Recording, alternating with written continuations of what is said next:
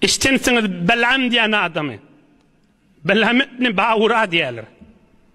Musa peygamberin zamanlaşmıştık. Musa peygamberin zamanlaşmıştık. وَاندَلَى لِسَانُهُ فَوَقَعَ عَلَى صَدْرِهِ فَقَالَ ذَهَبَتْ مِنِّي الدُّنْيَا وَالْآخِرَةُ. Belam diyen adama ediptirler. Musa peygambere beddua ettirler. İnni Belam diyen adam o duası kabul olayan adammıştık da. İnni näme dua etjek bolupdu? Hudaya Musa peygamber dargasını dua etmeliha.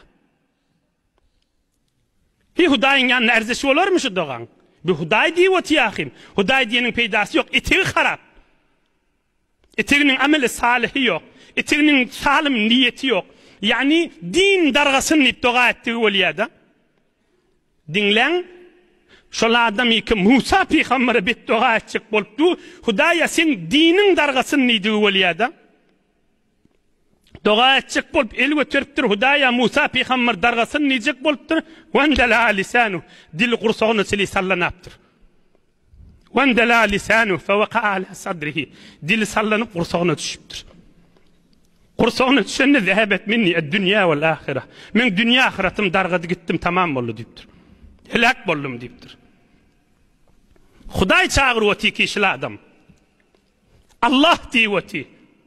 Ama Allah diyenin erzesi yok. Näme deyip Hudayın duasını beddua edivati. Nädire şikep asmana gaşyn çıkmalı. Nädire götürülmeli şikep periştele bilen bile 7 kat asmanı yarıp gitmeli. Yankı beddua sebepli kafir olup dünyadan geçiyor. Näme deyip ameli salihi yok, niyet harap. Başka näme misali var. Başka yeni bir darganın biri var. Muhammed Resulullah Aleyhisselam'ın ödüne beddua etiptir. Qavcetten kulak asın. Peygamberimiz Aleyhissalatu vesselam Medine-i Münevvere'ye gelenine Ebu Amr deyip Medine'de bir fasık bağmıştık. Yönü onu Medine'de Ebu Amr rahip diyemiştik bile. İbadet etyen adam deydi.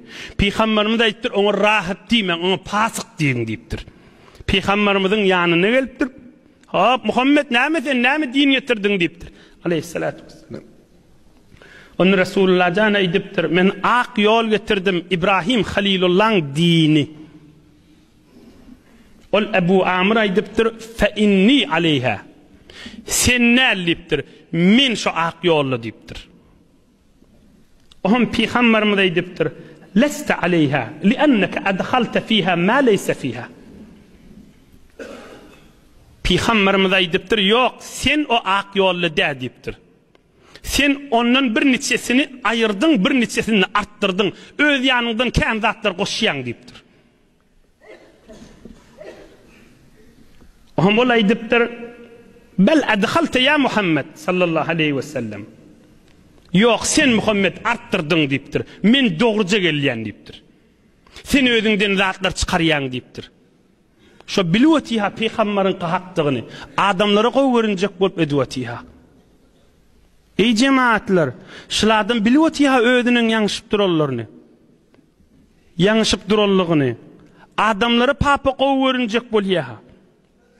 Ohum peygamberimiz aydıptır. Bel ci'tu biha beyda'a naqiyya. Yok deyiptir. Men din akça arastaca getirdim deyiptir.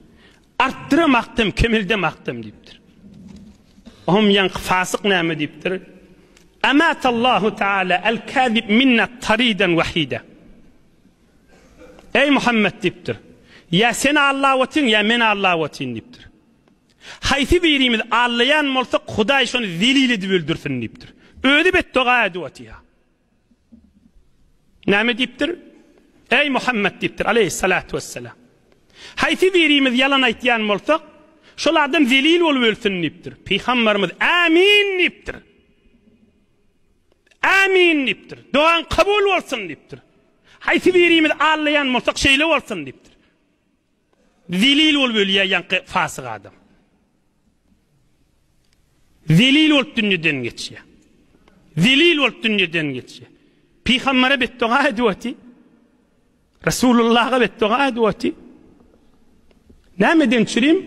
Ödün gowka köjek bolýar. Peygamberimiz aleyhissalatu vesselam'ın ummatyny da Allah dostlaryny gowwarýandyr. Belki her ummatyň içinde Hudaý dostlaryny gowwarýandyr.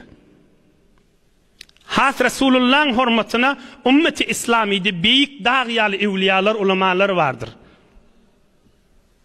Ödün gowka köjek bolup, ödünün eden işini gowka köjek bolup, ya bir neçe nasihatler eşiteni utanmayacak bolup da can Hudaýa diýip Hudaýyň dostuny betdogasy iki dünýäň awarrasy bolar.